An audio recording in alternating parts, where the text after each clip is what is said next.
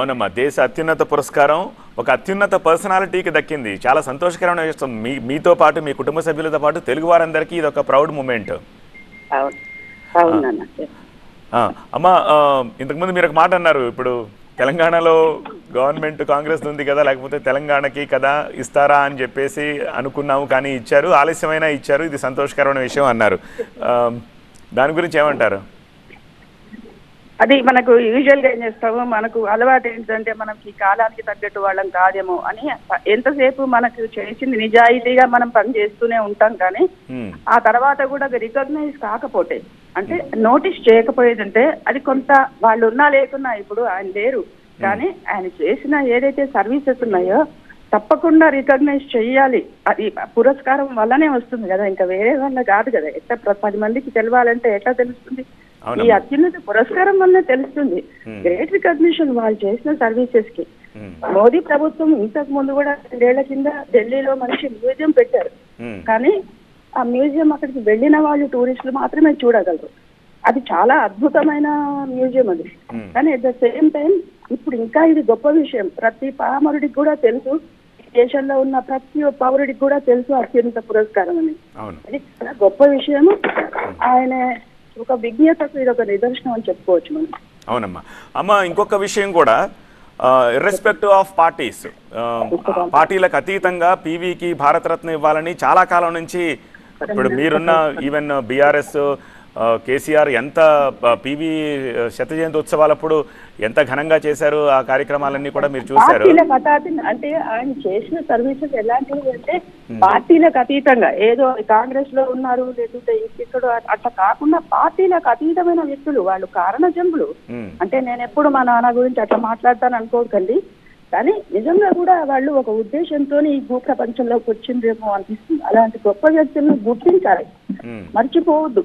మర్చిపోకుండా వాళ్ళని సన్మానం చేయడం అనేది వాళ్ళ సంస్కారం.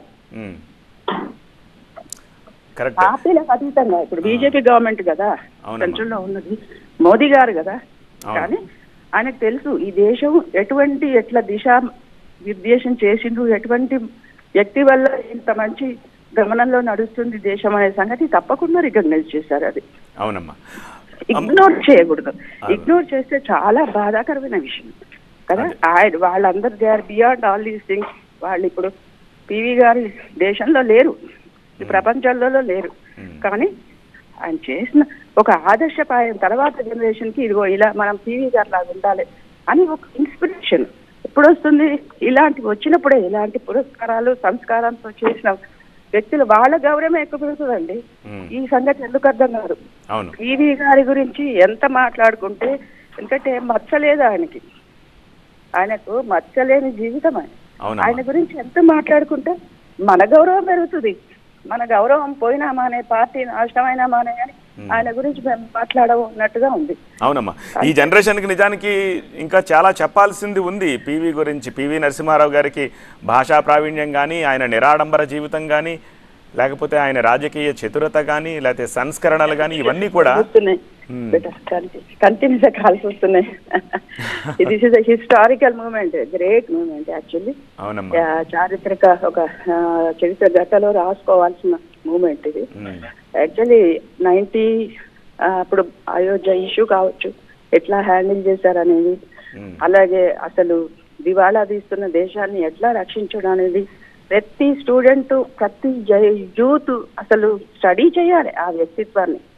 అయితే when it is possible to P V గారు, why it is not possible to my? ఆయనకి 24 గంటలే ఉన్నాయి, మనకు 24 గంటలే ఉన్నాయి కదా. అంటే అది వ్యక్తిత్వ వికాసానికి పరాకాష్ట.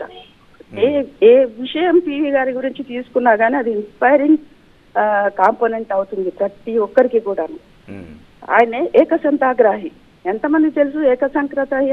మనకి ఏమైనా కంప్యూటర్ లో ఫీడ్ చేసింది రిపీటెడ్ గా వింటుంటాం అంతేగాని మనిషి మెదడు కూడా ఏకసంతాగ్రాహి ఉంటుంది అనేది పివి గారి నిదర్శనం. ఒకసారి వింటే మర్చిపోడు. 30 ఏళ్ల కింద 40 ఏళ్ల కింద వ్యక్తిని కూడా పేరుతో పిలుస్తారు. అది గొప్ప విషయం.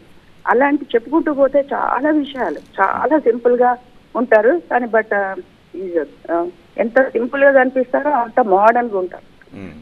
దానికి అనేక నిదర్శనాలు మనం చెప్పుకోవచ్చు. అవునమ్మా, ఇంకొక ఫోన్లు వస్తున్నాయి, ఇంపార్టెంట్ ఫోన్లు వస్తున్నాయి. ఒక ప్రశ్న అమ్మా, ఇప్పుడు అంటే ప్రేక్షకుల కోసం ఇప్పుడు వారసురాలుగా ఉన్నారు మీరు, ఇంకా కుటుంబ సభ్యులు ఎవరున్నారు? సో రేపు ఆయన బిహాఫ్ ఆఫ్ ఎవరు ఈ భారతరత్న పురస్కారాన్ని రాష్ట్రపతి చేతుల ఇప్పుడే నాకు ఇన్ఫర్మేషన్ వచ్చింది నాన్న, ఇప్పుడే వచ్చింది.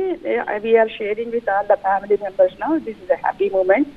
Will go in this. తీసుకోవడం అనేది దాంట్లో ఏమండి, ఫ్యామిలీలు ఎవరైనా అంత హర్షించదగ్గ విషయమే, అందరి సంతోషమైన విషయమే, ఎవరు తీసుకున్నా సంతోషమే. అయితే మనకు తెలంగాణ ప్రభుత్వం అప్పుడు కేసీఆర్ గారు నన్ను ఎమ్మెల్సీగా టికెట్ ఇచ్చి గెలిపించడం, పివి గారికి గొప్పగా ప్రపంచం అంతా తెలిసేలాగా శత జయంతి ఉత్సవాలు నడిపించడం అనేది చాలా అదే ఏమంటారంటే పార్టీలకు అతీతంగా అగైన్ అలా చేయడం అనేది గొప్ప వ్యక్తిత్వాన్ని తెలుస్తుంది. అట్లాగే ఇప్పుడు మోదీ గారు పార్టీకి అతీతంగా కాంగ్రెస్ కాకున్నా కూడా మరి వ్యక్తిని గుర్తించడం అనేది, దేశానికి చేసిన సేవలు గుర్తించడం అనేది చాలా అభినందించదగ్గ విషయం.